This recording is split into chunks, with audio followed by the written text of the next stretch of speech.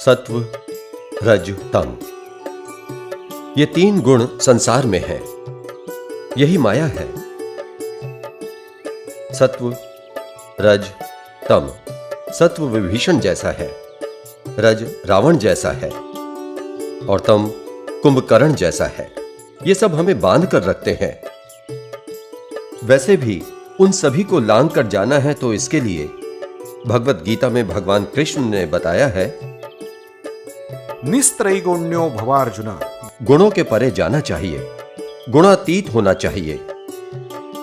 यही भगवत गीता का संदेश है। तम को रज से और रज को सत्व से जीत लेना चाहिए और आखिर में सत्व को भी छोड़ देना है। माया का ये सत्व गुण भी हमें परमात्मा तक नहीं ले जा सकता, क्योंकि वो भी तो माया के अधीन है। जब हम माया के परे जाते हैं तभी हमें परमात्मा का साक्षात्कार होता है।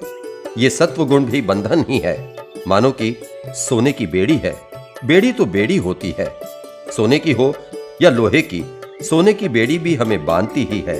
क्यों, किस तरह से बांधती है और किस तरह से छोड़ती है, इस कथा में देखते हैं।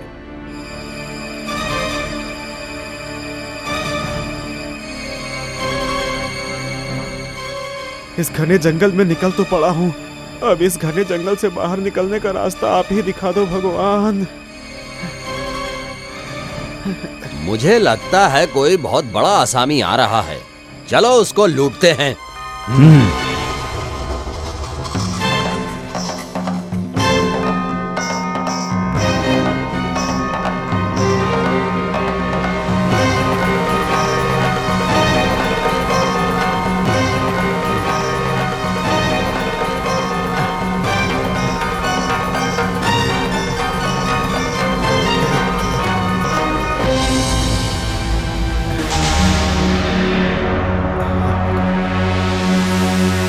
पकड़ो पकड़ो पकड़ो।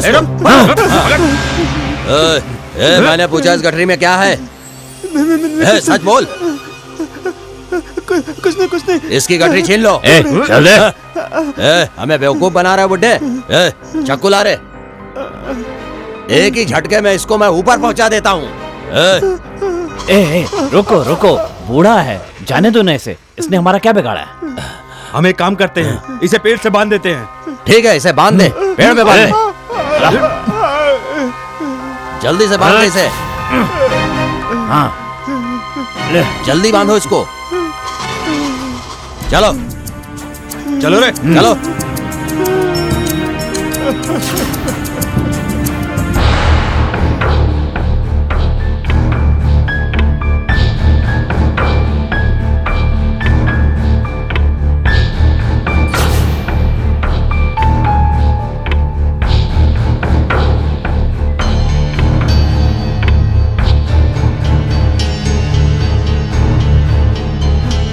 डरो मत, अभी खोलता हूं तुम्हें।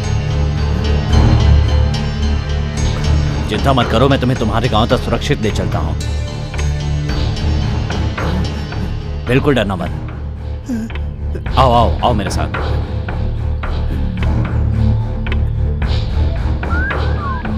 बाबा, वही आपका गांव है ना?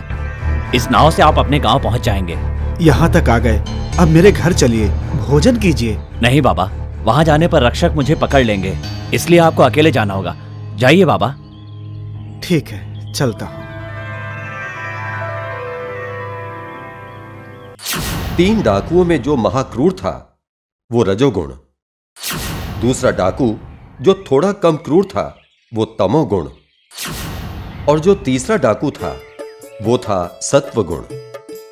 तो देखा, आखिर में सत्वगुण भी उसके साथ नहीं गया। बुलाया तो कहता है, बाप रे, मैं आया तो पकड़ा जाऊंगा।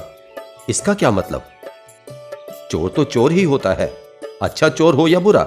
ठीक उसी तरह गुण तो गुण ही होता है।